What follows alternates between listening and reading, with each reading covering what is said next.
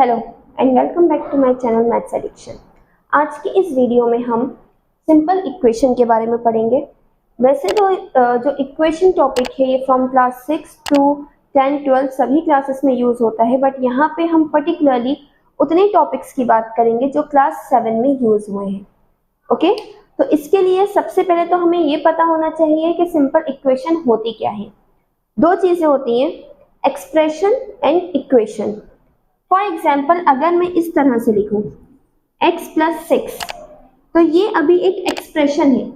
Expression means जिसमें एक कुछ भी वेरिएबल और कांस्टेंट वगैरह हो, ठीक है। अब जब इसमें अगर मैं इसको इस तरह से लिख दूं x plus 6 is equal to 0, तो ये हमारी इक्वेशन बन जाएगी। इक्वेशन में इक्वल टू होना जरूरी है। कुछ टर्म इक्वल टू के पहले होंगी, कुछ टर्म इक्वल टू के बाद होगी। एक्सप्रेशन में इक्वल टू नहीं होता। इनमें जो ये अल्फाबेट्स यूज होते हैं A B C X Y Z P Q R, जो भी, उसे हम कहते हैं वेरिएबल्स। वेरिएबल्स कई बार वेरिएबल्स के साथ भी नंबर्स होते हैं। For example 2x plus 6 is equal to 0, तो ये वेरिएबल है। वेरिएबल के साथ में जो नंबर यूज हुआ है वो होता है कोफिशिएंट, और जो अलग से नंबर बचा इसे हम कहते हैं कांस्टेंट। ये नंबर और ये नंबर, दोनों ही नंबर को हम कांस्टेंट कहेंगे जो वेरिएबल के साथ नहीं है। क्लास 7 के लिए जो हमें नेक्स्ट टॉपिक समझने की जरूरत है वो है वैल्यूज पुट करना। फॉर एग्जाम्पल आपको एक एक्सप्रेशन दिया है, if x is equal to 3 find the value of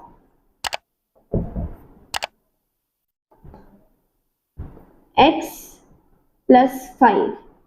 ठीक है, x की वैल्यू अगर 3 है तो हमें x प्लस 5 की वैल्यू निकालना है। सिंपल सी चीज है, x की जगह पे जो हमें वैल्यू दी है हम वो पुट कर देंगे। क्या था हमारा x प्लस 5, x की जगह पे हम 3 रख देंगे, 3 प्लस 5 ये आ जाएगा आपका 8।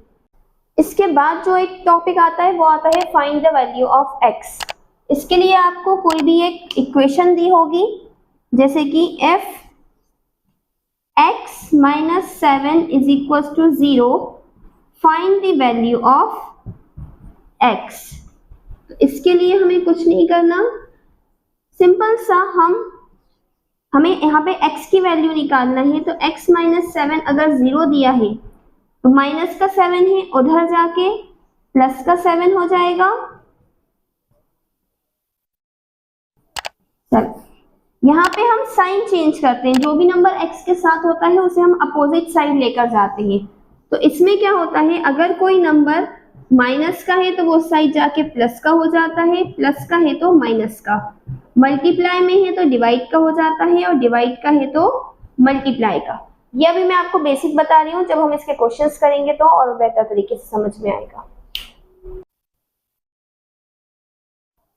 थोड़ा सा बेसिक हमने समझ लिया है, तो अब हम अपनी एक्सरसाइज की तरफ चलते हैं। एक्सरसाइज 4.1, जिसमें सबसे पहला जो क्वेश्चन है उसमें आपको एक टेबल बनी दी है जिसमें आपको एक इक्वेशन दी है और एक वैल्यू दी है।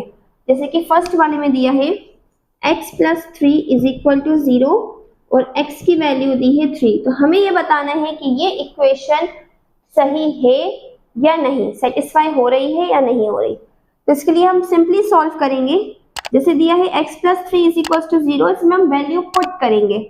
तो x की जगह पे हम 3 रख के देखते हैं, 3 plus 3 is equal to 0, 6 is equal to 0।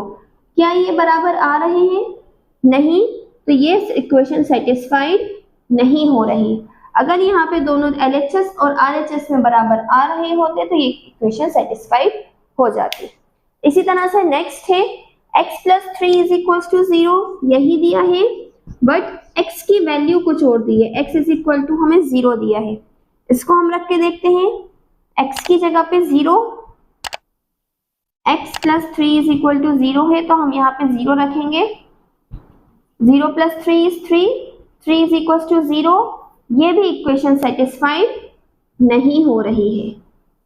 इसके बाद जो हमें दिया है x की वैल्यू -3 दी है, ये तो हमें यही दिया है x plus 3 is equal to 0 but x की वैल्यू दी है हमें -3, तो हम ये करके देखते हैं। यहाँ पे आ जाएगा x + 3 = 0, -3 + 3 = 0, माइनस प्लस माइनस 3 में से 3 का 0। देखिए इसमें LHS और RHS बराबर आ रहे हैं, मतलब कि ये इक्वेशन सेटिस्फाई हो रही है।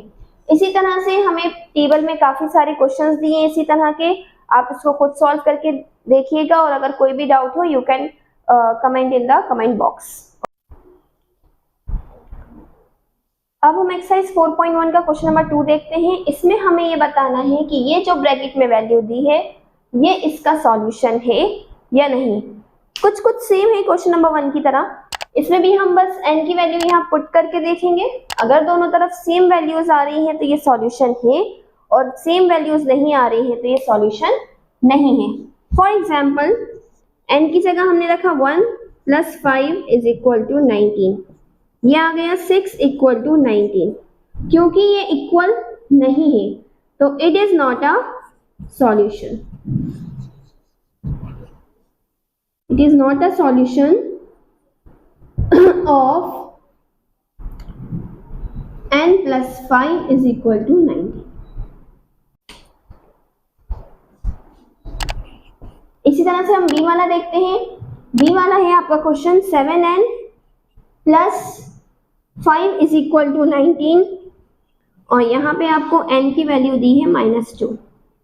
-2 हम रख के देखेंगे, 7 × -2 + 5 = 19, 7 2 14 प्लस माइनस माइनस, यहाँ 7 के साथ कुछ नहीं है तो हम इसको भी प्लस मानेंगे, प्लस माइनस माइनस होता है, +5 = 19, माइनस प्लस माइनस, इसमें हमेशा याद रखिएगा साइन बड़े नंबर का होता है, माइनस प्लस माइनस करेंगे हम, 14 में से 5 गए 9, और साइन बड़े नंबर का यानी माइनस का, तो ये भी सॉल्यूशन नहीं है। इसमें भी हम यही लिखेंगे, it is not a solution of 7n + 5 = 19। इसी तरह से क्वेश्चन नंबर 2 के सारे ही क्वेश्चंस हो जाएंगे। अगर दोनों तरफ बराबर नंबर आएगा तो हम लिखेंगे इट इज अ सॉल्यूशन, दोनों तरफ अलग अलग नंबर आएगा तो it is not a solution. इसकी आई होप आपको हमारी ये वीडियो पसंद आई होगी।